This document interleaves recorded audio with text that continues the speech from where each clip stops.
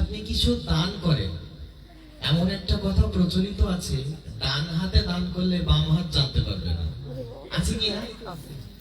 এইটাই হচ্ছে শাস্ত্রের কথা, যে আমি যাকে দান করছি শুধুমাত্র সেই ব্যক্তি ছাড়া আর ভগবান ছাড়া আর কারোর জানার প্রয়োজন নেই।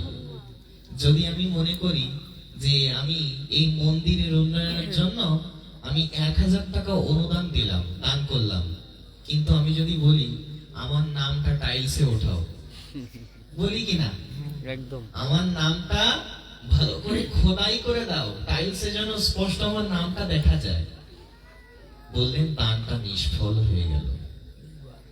শাস্ত্রের বিচারে আমাদের সনাতন ধর্মের সংবিধান বলছে তোমার দানটা তখনই সার্থক হবে যখন একমাত্র সেই ব্যক্তি এবং ভগবান জানবে, আর কেউ যেন না জানতে পারে, তাহলেই তুমি দানের সম্পূর্ণ ফল লাভ করবে। কিন্তু যদি অন্য ব্যক্তি জেনে যায় যে তুমি এই দানটা করেছো, তাহলে সেই দানের আর কোনো ফল হয় না, সেই দানের ফলটা সব নষ্ট হয়।